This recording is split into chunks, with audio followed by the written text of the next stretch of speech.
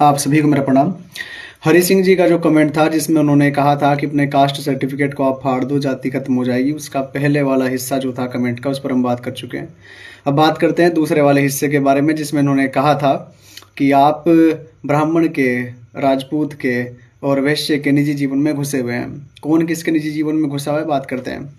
सदियों पहले कुछ चालबाज लोगों ने कुछ किताबें लिखी और स्वयं को ईश्वर की संतान बताया और अपने आप को एक अथॉरिटी बताया कि हमारे पास सब अधिकार हैं और हम सब लोगों को बताएंगे कि किसको क्या करना है।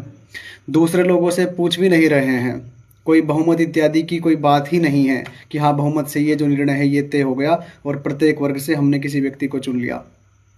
आप बताते हैं कि हम केवल पढ़ाएंगे, ये केवल हमारा ही काम है, हमारे ही पास योग्यता है, हम ही सबसे पवित्र इंसान हैं, तुम ये काम कर ही नहीं सकते।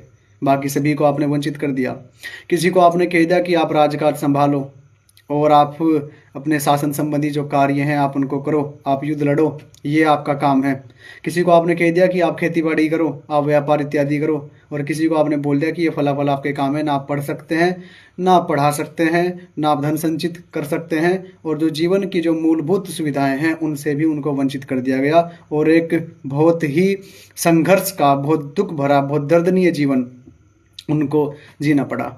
महिलाओं के जीवन में आप घुस गए, आपने बाल विवाह रच दिया, आपने सती प्रथा रच दी, विधवा जो थी उनके विवाह को आपने रोक दिया।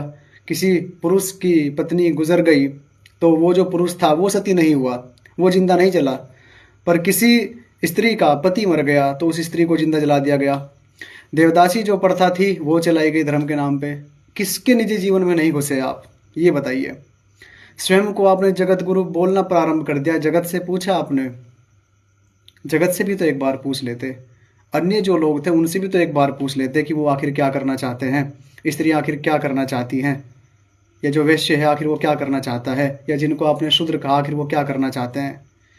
आप तो सदियों सदियों से दूसरों के निजी जीवन में घुसे हुए हैं, और वो जो सदियों सदियों का जो एक कोड था, जो एक बीमारी थी, वो अब तक भी कंटिन्यू हो रही है। ऐसे कितने लोग हैं जो इस बीमारी से मुक्त हो गए। मैं लांछन नहीं लगा रहा हूँ, मैं आपको वो सच्चाई बता रहा हूँ जिसने इस देश की कमर तोड़ के रखी।